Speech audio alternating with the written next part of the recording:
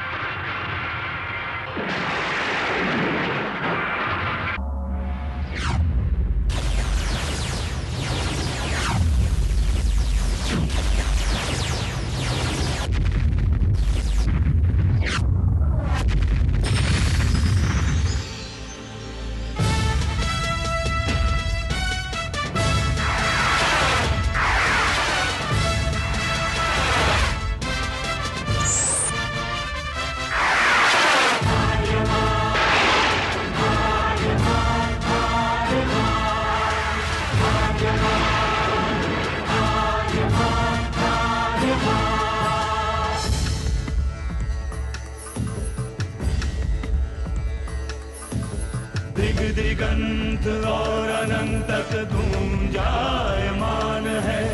ब्रह्मनाद है विधि का वो अटल विधान है। धर्म की अधर्म पर विजय का वो प्रमाण है। जायमान है वो अटल विधान है। विजय का वो प्रमाण है। ब्रह्मांड का महान योद्धा आर्यमान है।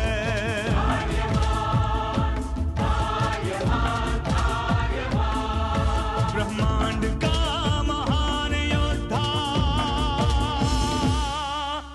वो आर्यमान है। आर्यमान है।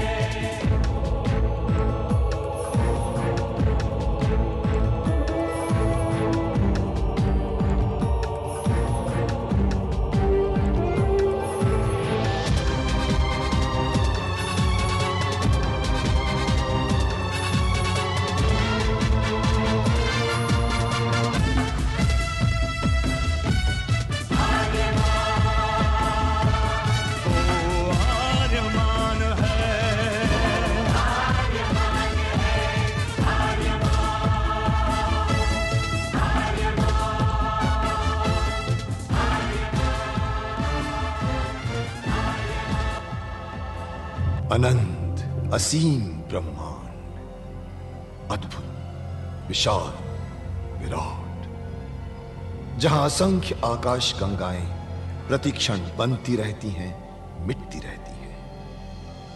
हर आकाश गंगा में होते हैं अनगिनत तारे, अनेकों सूरज, और सूरज के साथ होता है अपना सौर मंडल, जिसमें रहते हैं अनेकों ग्रह।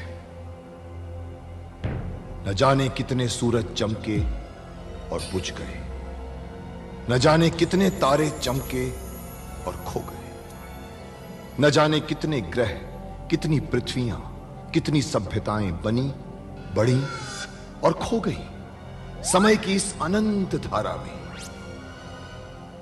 इन्हीं अनजानी परंतु अमर गाथाओं में से एक है महागाथा ब्रह्मांड के योद्धा आर्यमान की। बहुत समय पहले पृथ्वी से लाखों प्रकाश वर्ष दूर आर्याना आकाश गंगा में एक ग्रह था, थार।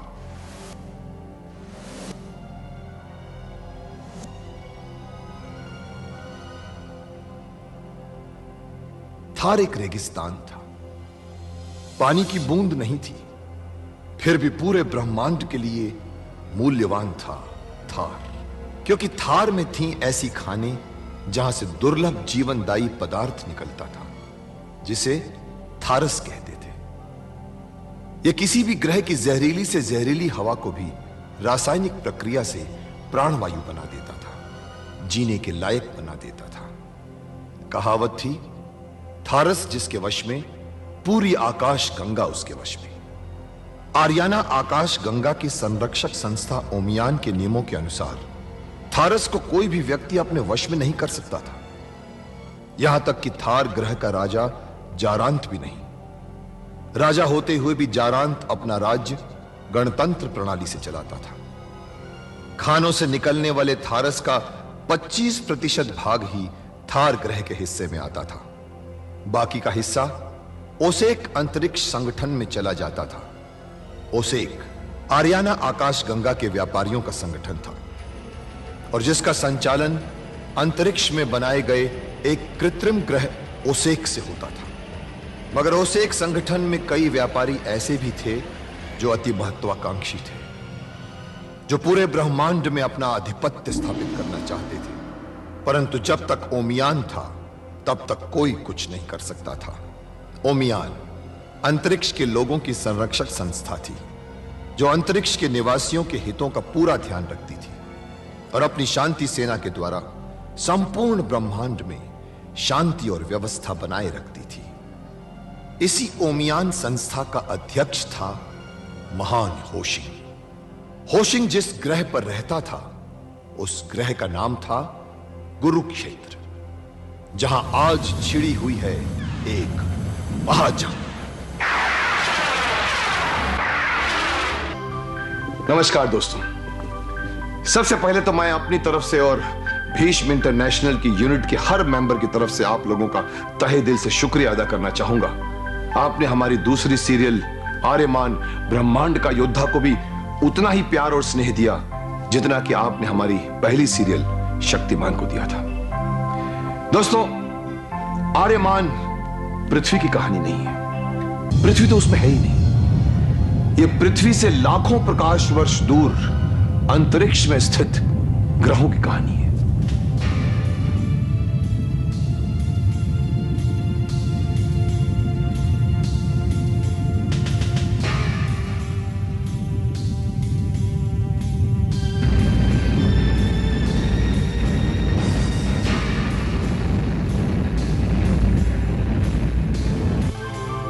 हम अपनी इस कहानी में आरियाना आकाश गंगा में स्थित कुछ ग्रहों की यात्रा कर चुके हैं, जैसे कि थार, कुरुक्षेत्र, जाबो, सवितान और एक कृत्रिम ग्रह ओसेक। अब हमारी कहानी अन्य ग्रहों की यात्रा करने के लिए तैयार है, परंतु इस यात्रा को शुरू करने से पहले हम अपने दर्शकों के साथ इन पिछले 13 हफ्तों की कहानी को संक्षिप्त में दोहराना चाहेंगे, ताकि अगर हमारे कुछ दर्शक कई एक कड़ी मिस कर चुके हों या कोई नए दर्शक हमारे साथ इस यात्रा में जुड़े हों, उन सबको आर्यमान ब्रह्मांड के योद्धा की कहानी का सूत्र समझ आ सके और इस अद्भुत और दिलचस्प रोमांचक यात्रा के पहले उन्हें आर्यमान की कहानी ठीक से समझ आ सके। ब्रह्मांड में अनेकों आकाश गंगाएं हैं। इनमें से एक है आरियाना आकाश गंगा, जहां से हमारी कहानी शुरू होती है। इस आकाश गंगा में सैकड़ों ग्रह हैं। इन सभी ग्रहों के बीच में आपसी व्यावहारिक और व्यापारिक संबंध है।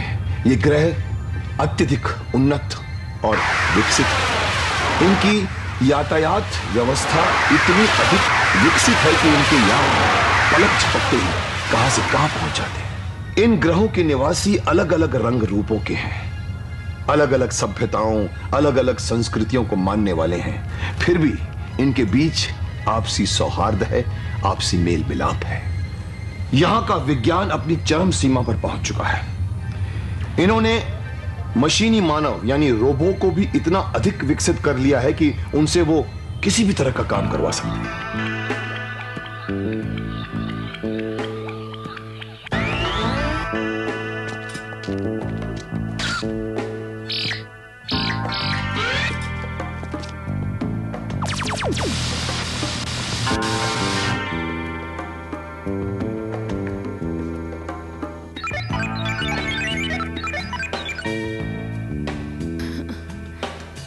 क्या बात है टोबो?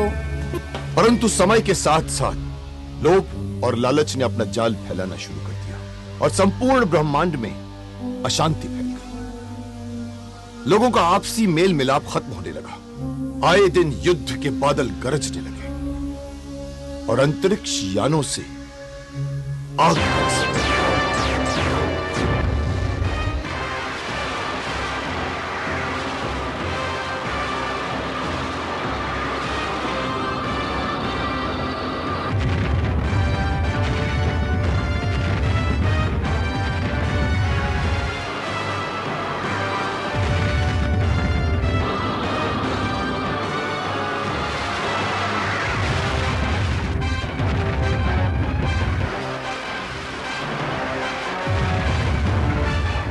लोगों के दिलों में दहशत फैल गई, जान माल की हानि होने लगी, उनकी संपन्नता अभिशाप बन गई। ऐसे में ब्रह्मांड के कुछ प्रबुद्ध निवासियों ने अपनी और पूरे ब्रह्मांड की रक्षा करने के लिए एक महासंघ की स्थापना की, जिसका नाम रखा गया ओमियान महासंघ।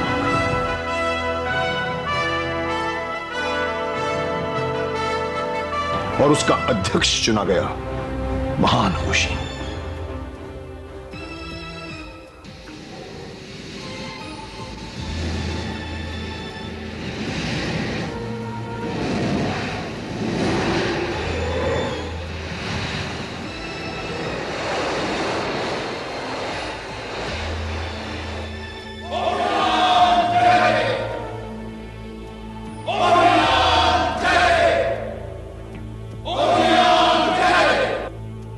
ओमियान जयते। होशिन शस्त्र तथा शास्त्रों का ज्ञाता था, महान ज्योतिष था, प्रकांड पंडित था। पूरे ब्रह्मांड भर में उसका मान और सम्मान था।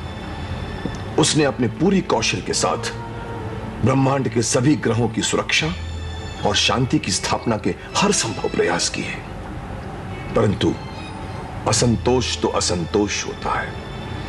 वो कहीं ना कहीं किसी न किसी कोने में धीरे धीरे सुलगता रहता है और एक दिन मौका पाते ही वो आग की तरफ भड़क उठता है। और ब्रह्मांड में इस बार असंतोष की फैली आग का कारण था नारक।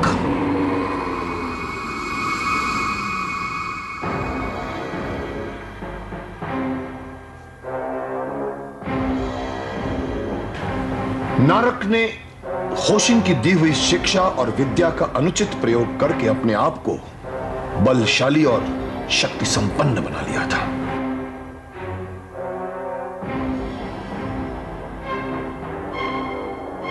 नारक अत्यधिक क्रूर और महत्वाकांक्षी था। वो संपूर्ण ब्रह्मांड में अपना आधिपत्य स्थापित करना चाहता था और इसके लिए उसने एक कृत्रिम ग्रह बनाया, उसे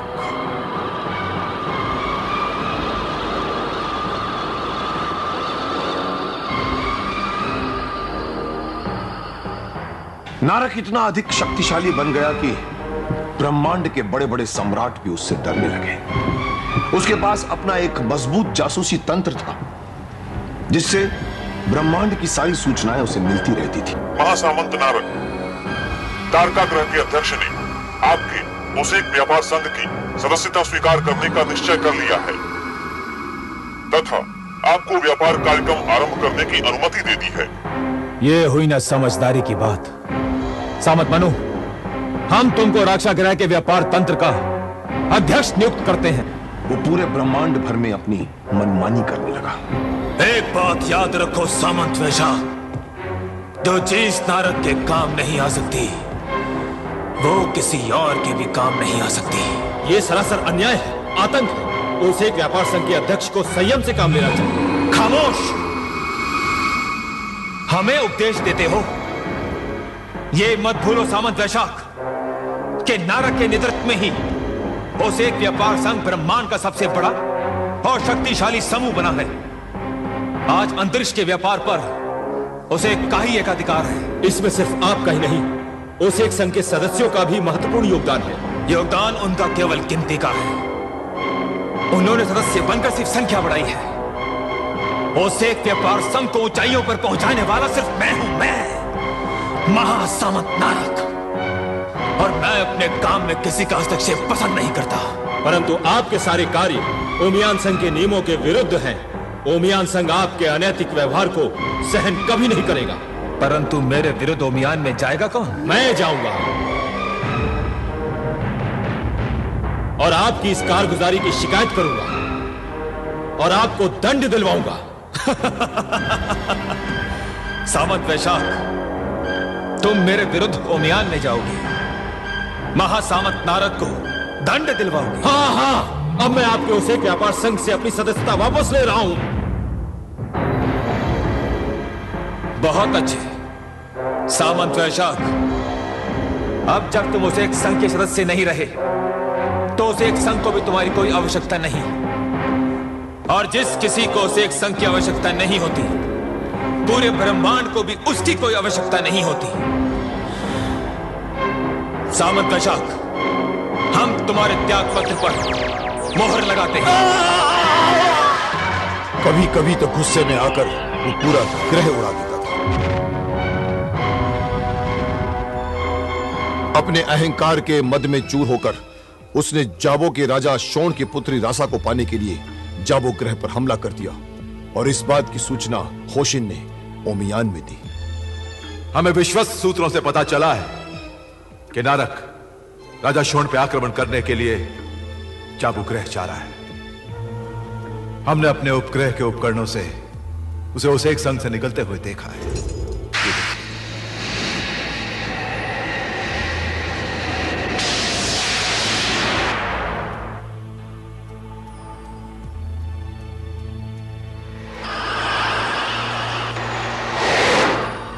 तो इस बारे में ओमियान का निर्णय क्या है महान होशिन? हमारा ओमियान संघ किसी भी समस्या का निर्णय लेकर चेतावनी दे सकता है, पर दुष्टों के इरादे और अहंकार की जय यात्रा को नहीं रोक सकता और न ही बदल सकता है भविष्यवाणियां। भविष्यवाणियां? क्या भविष्यवाणी हो सकती है महानोशे? भविष्यवाणी यह कहती है कि महासामंत नारक जिस रासा से विवाह करना चाहता है, उसी रासा का पुत्र उसका संहारक होगा, उसकी मृत्यु का कारण बनेगा। भविष्यवाणी यह भी कहती है कि रासा का यह पुत्र थार का मुक्तिदाता होगा और जिस क्षण वो जन्म लेगा, उस क्षण थार में हजारों वर्षों के बाद बरसात होगी। इधर नारक के आक्रमण की खबर जाबो ग्रह के राजा शोण को मिलती है और वो भड़क उठता है, मगर उसकी पुत्री रासा उससे कहती है, पिताजी, नारक केवल मुझे पाने के लिए जाबो पर आक्रमण कर रहा है। मैं अपने जीते जी जाबो का विनाश नहीं होने दूंगी। मैं नारक के शादी के प्रस्ताव को स्वीकार कर लूंगी। नहीं बेटी, मैं तुझसे इतना बड़ा बलिदान नहीं ले सकता। मैं जानता हूं तू भी नारक से घृणा करती है। तू ही क्या, ब्रह्मांड के सारे शांतिप्रिय लोग नारक की महत्वाकांक्षाओं से घृणा करते हैं। मैं अपने जीते जी तुझे उसके हवाले नहीं कर सकता। नारक के आक्रमण का उत्तर दिया जाएगा। नारक अपने सैनिकों को लेकर जाबो ग्रह की ओर बढ़ता गया।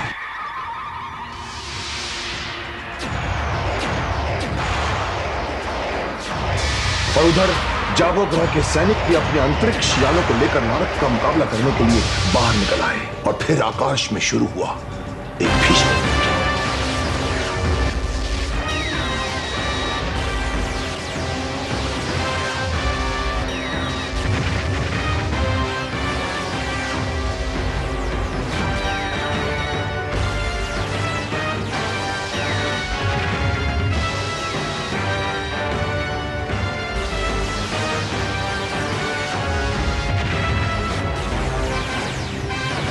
महाराज शोण को खबर कर दो, हम हारने की स्थिति में हैं। नारक से हारने के बाद राजा शोण मजबूर हो गया, मगर उसकी पुत्री रासा कोई साधारण महिला नहीं थी। वो महिलाओं के आश्रम सवितान की कुशल शिष्या रह चुकी थी। सवितान महिलाओं का एक ऐसा आश्रम था जहां महिलाओं को हर तरह की सांसारिक और दैवीय शक्तियां प्रदान की जाती थी, उन्हें शक्तिशाली बनाया जाता था और अपनी रक्षा के लिए रूप बदलने तक की कला भी सिखाई जाती थी।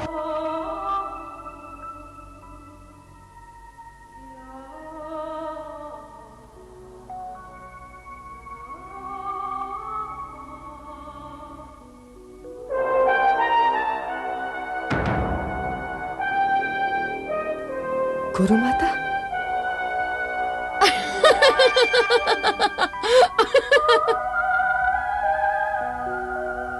माया की बच्ची मुझे भी धोखा दे गई। तो ऐसी थी शोण राजा की पुत्री रासा।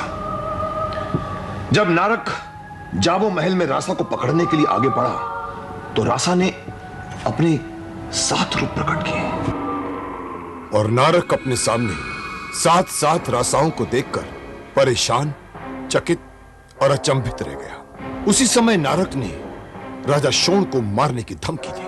अगर असली रासा स्वयं अपने आप को मेरे हवाले नहीं करती तो मैं सबका वध कर दूंगा, और सबसे पहले शोण का।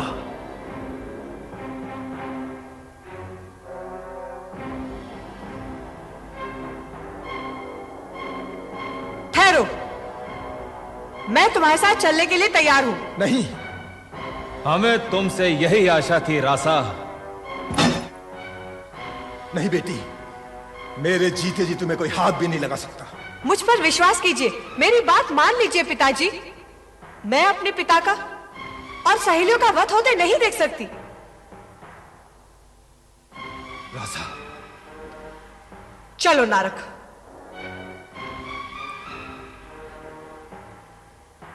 रासा,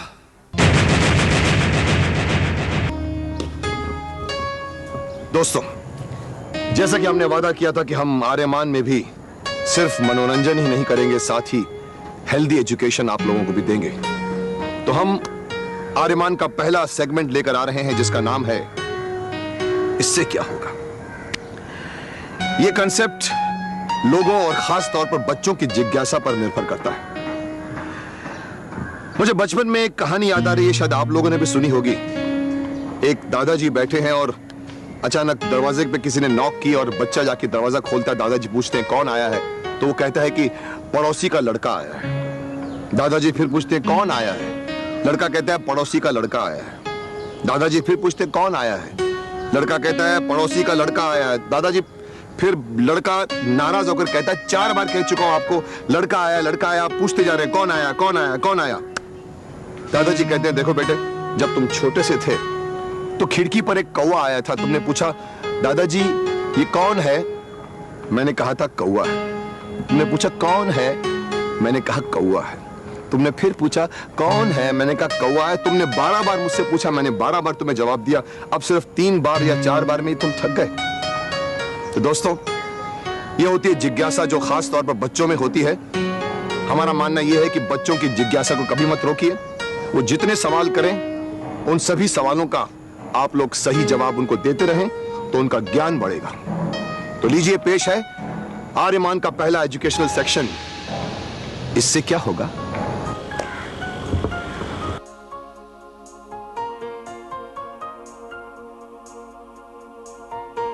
वो बाहर की पाइप भी पूरी साफ कर लो।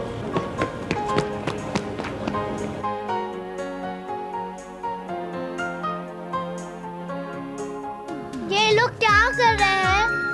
ये लोग ओवरहेड टैंक की सफाई कर रहे हैं। उससे क्या होगा? इससे हमें पीने और नहाने के लिए साफ और अच्छा पानी। और उससे क्या होगा? उससे तुम्हारे कपड़े जो है ना वो साफ पानी से धुलेंगे। तुम अच्छा पानी पियोगे तो बीमारियों से बचोगे, और अगर तुम्हारे नहाने का पानी गंदा हुआ तो तुम भी गंदे हो जाओगे। उससे क्या होगा? गंदे पानी में नहाने से फोड़ियां फुंसियां हो जाती हैं, तुम गंदे हो जाओगे, तुम्हारे साथ कोई खेलेगा नहीं, लोग तुमसे दूर दूर भागेंगे। इसीलिए पीने, नहाने और धुलाई करने का पानी हमेशा साफ होना चाहिए। अब तुम बताओ कि इससे क्या होगा। इससे मैं साफ और तंदुरुस्त बनूंगा, और मेरी क्लास की लड़कियां मुझसे दूर नहीं भागेगी। समझ गए तुम, और आप लोग भी समझ गए होंगे कि इससे क्या होगा। ग्रह नक्षत्र सूर्य चंद्र जिसके नेत्र कान है, ब्रह्मांड का महान योद्धा